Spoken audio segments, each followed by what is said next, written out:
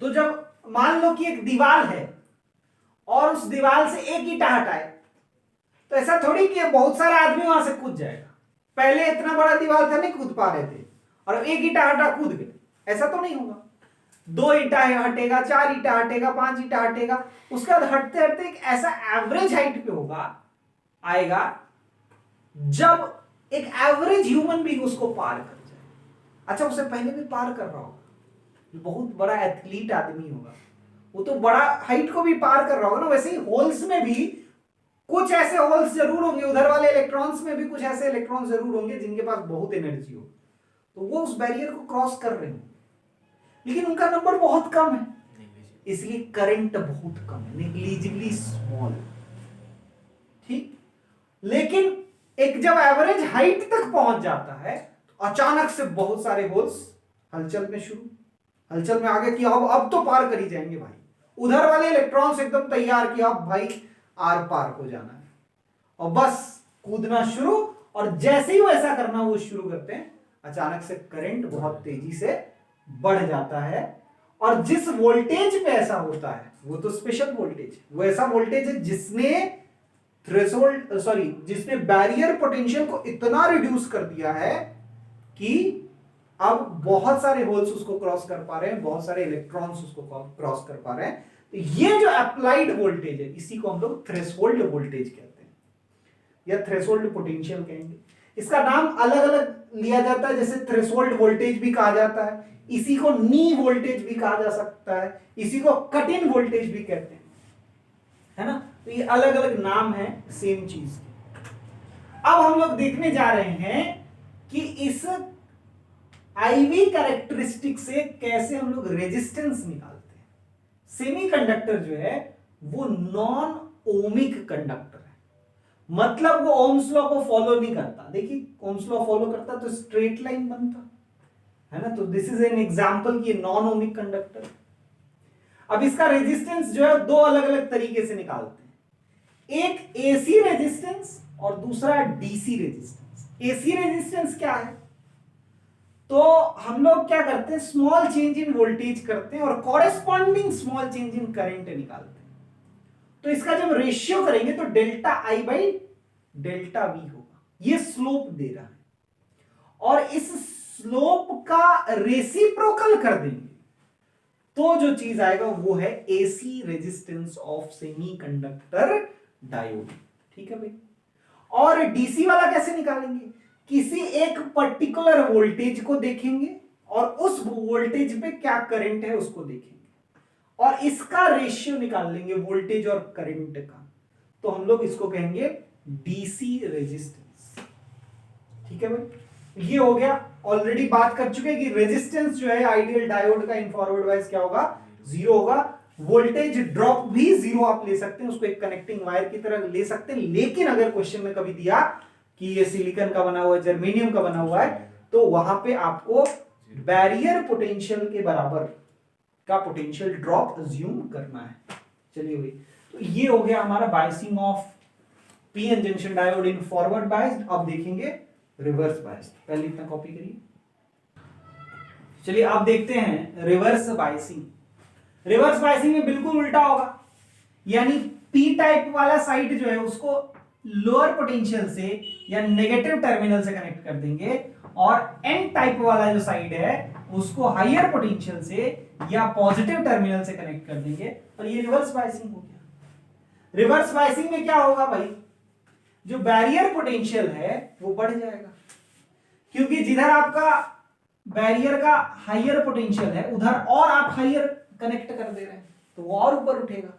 जो बैरियर का lower side है उसकी तरफ आप और लो कर दे रहे हैं तो और वो डेप्थ में चला जाएगा। तो मतलब बैरियर हाइट इफेक्टिवली जितना आपने पोटेंशियल अप्लाई किया है उतना से इंक्रीज कर जाएगा, और इफेक्टिव बैरियर पोटेंशियल अब V प्लस वी नॉट।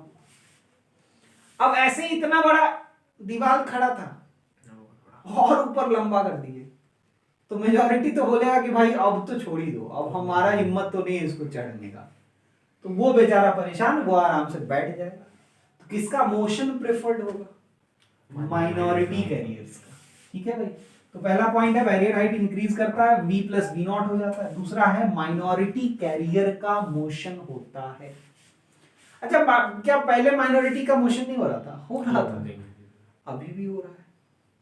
थोड़ा पोटेंशियल अगर एक्स्ट्रा दे दो तब तो उनके लिए फेवरेबल है ना, उनको और ऊंचा देने से कोई फायदा थोड़ी है। जितने माइनॉरिटी आ सकते हैं सारे माइनॉरिटी ऐसी स्वीप कर जाएंगे, और जैसे वो स्वीप करेंगे तो बहुत कम नेगेटिव वोल्टेज में ही उनका सैचुरेशन करंट पहुंच जाएगा। ठीक है, उससे ज्यादा उनका अब बढ़ना संभव नहीं। क्यों? उनके लिए फेवरेबल, वो आराम से जा पा रहे हैं। लेकिन उनका जो करंट होगा वो माइक्रो एम्पियर में होगा। क्यों? क्योंकि माइनॉरिटी का मोशन हो रहा है, तो available number of charge carriers जो है वो अपने आप बहुत ही कम है। तो पर सेकेंड जो चार्ज कैरियर मोशन हो रहा होगा भले फेवरेबल लेकिन है ही कम, तो पूरे भी मोशन में आ जाए तो भी कहां से उससे टकराएंगे। तो इसीलिए रिवर्स सैचुरेशन पहुंच जाता है तुरंत। इसका डेफिनेशन पूछता है what is reverse saturation current. तो the current in the reverse biased becomes constant just at very small negative potential. This current is called reverse saturation current, and this is of the order of micro ampere. और ऐसा बहुत high voltage तक ये reverse saturation current चलता है। 80 volt 90 volt जब जाएंगे ना, आपको नी वोल्टेज जो बताए थे वो कहां तक पहुंचता है? 4 volt 5 volt 6 volt 0.6 volt 0.7 volt ऐसे भी रहता है।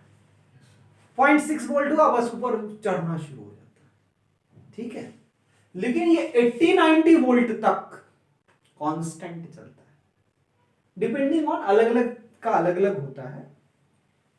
और अचानक से उसके बाद बढ़ जाता है। अचानक से वोल्टेज एक पर्टिकुलर वोल्टेज पे पहुंचा तो उस कांस्टेंट वोल्टेज पे अचानक से करंट बहुत ज्यादा बढ़ जाता है, वोल्टेज सेम रहता है, ऑलमोस्ट सेम रहता है। इस वोल्टेज को ब्रेकडाउन वोल्टेज कहते हैं। तो वो वोल्टेज जिसपे अचानक से करंट बहुत हाई हो जाए एट कांस्टेंट वोल्टेज, उसको हम लोग कहते हैं ब्रेकडाउन वोल्टेज। ब्रेकडाउन हो गया भाई उसका। तो ब्रेकडाउन क्यों हुआ? एक्चुअली में जेनर डायोड इसी प्रिंसिपल पे काम करता है। तो ब्रेकडाउन क्यों हुआ वो समझिए। भाई हाई वोल्टेज अप्लाई करते जा रहे थे लेकिन कोई सुनवाई नहीं था वहां पे। क्यों? इलेक्ट्रॉन्स थे ही नहीं मोशन करने के लिए। अब एक ऐसा वोल्टेज आता है जिसपे इलेक्ट्रिक फील्ड इतना स्ट्रांग हो जाता है कि जो वो बॉन्डेड इलेक्ट्रॉन्स थे ना, जो मूव करने के लिए तैयार ही नहीं थे, उस बॉन्ड को ब्रेक करके इस पार से उस पार पहुंचा देता है। बोले कि उस समय से रिक्वेस्ट कर रहे तुम मान तो रहे नहीं। अब हो गया, अब मतलब हमारा धैर्य समाप्त। अब बताते तुमको। खींचता है बॉन्ड, ब्रेक करता, जंक्शन पार करा देता अचानक से, क्योंकि बॉन्ड का एक स्ट्रेंथ होता है। उतना एनर्जी अगर आप प्रोवाइड कर रहे हैं तो एक ही बॉन्ड ब्रेक थोड़ी होगा, हजारों बॉन्ड्स एक साथ ब्रेक होंगे और उसकी वजह से बहुत सारे इलेक्ट्रॉन्स अवेलेबल हो जाएंगे और उसकी वजह से बहुत हाई करंट हो जाएगा अचानक से उसी पर्टिकुलर वोल्टेज पे। और इसी वोल्टेज को क्या बोलते हैं? Breakdown voltage. लेकिन ये करंट जब इतना हाई होगा, हर एक इंस्ट्रूमेंट का एक रेटिंग होता है, उससे हाई करंट अगर आप पास कराइएगा तो डिस्ट्रॉय हो जाएगा। तो at this breakdown voltage if current passes the rated value of current, उससे अगर ज्यादा करंट हो जाएगा then the diode will get destroyed. तो फिर जेनर डायोड तो डिस्ट्रॉय हो जाता होगा? नहीं, जेनर डायोड को स्पेशली फैब्रिकेट किया जाता है कि वो ब्रेकडाउन वोल्टेज में काम कर सके। ठीक है, उसका फैब्रिकेशन अलग होता है, हाई डोपिंग करते हैं उसमें। अब ये हो गया उसका रिवर्स सैचुरेशन करंट को शो करता हुआ और ब्रेकडाउन वोल्टेज को शो करता हुआ। ये reverse IV characteristic of PN junction diode है ना। तो reverse biased characteristic of PN junction diode, ठीक है भाई। इसमें माइक्रो एम्पियर है, ये ध्यान रखना है। अगर टोटल ग्राफ को फिर से एक बार बनाएं तो फॉरवर्ड में ऐसा रहेगा, एकदम बहुत कम current, negligible, almost touching this, और लगभग लगभग एक पर्टिकुलर वोल्टेज पे अचानक से बहुत तेज हो जाएगा। इसमें ये रिवर्स सैचुरेशन करंट अटेन करेगा, तुरंत तुरंत अटेन करेगा, और उसके बाद ब्रेकडाउन कर लेगा। अंतर ये है कि ये मिली एम्पियर में है और ये माइक्रो एम्पियर में। तो इसमें जो नेग्लिजिबल करंट भी होगा ना, वो भी हो सकता है कि इसके रिवर्स सैचुरेशन करंट से ज्यादा हो, है ना, क्योंकि 10⁻³ के फैक्टर का डिफरेंस है स्केलिंग में। और इसीलिए हम लोग कहते हैं कि फॉरवर्ड बायसिंग में पीएन जंक्शन डायोड रेजिस्टेंस कितना प्रोवाइड करता है? 0, सब करंट फ्लो करने देता है। और रिवर्स बायसिंग में ये जो करंट है, जब तक एज लॉन्ग एज ये रीजन चल रहा है तब तक तो करंट लगभग लगभग 0 होगा। तो मतलब रेजिस्टेंस क्या है? इंफिनिटी। इसमें तो करंट तुरंत यहां पहुंच जाएगा। ये हो सकता है 0.6 वोल्ट हो, तब भाई कोई भी प्रैक्टिकल पर्पस के लिए आप 1 वोल्ट 2 वोल्ट तो कम से कम लगा ही देंगे, तुरंत करंट बहुत हाई हो जाता है। तो इसलिए इसमें हाई करंट होता है, रेजिस्टेंस लगभग 0 लेते हैं, लो रेजिस्टेंस लेते हैं, आइडियल के लिए 0 रेजिस्टेंस लेते हैं। इसमें हाई रेजिस्टेंस इसको मानते हैं, और आइडियल के लिए इनफाइनाइट रेजिस्टेंस लिया जाता है। चलिए, तो ये हो गया रिवर्स बायसिंग, और बाकी अगले क्लास में देखेंगे। इतना कॉपी कर लीजिए।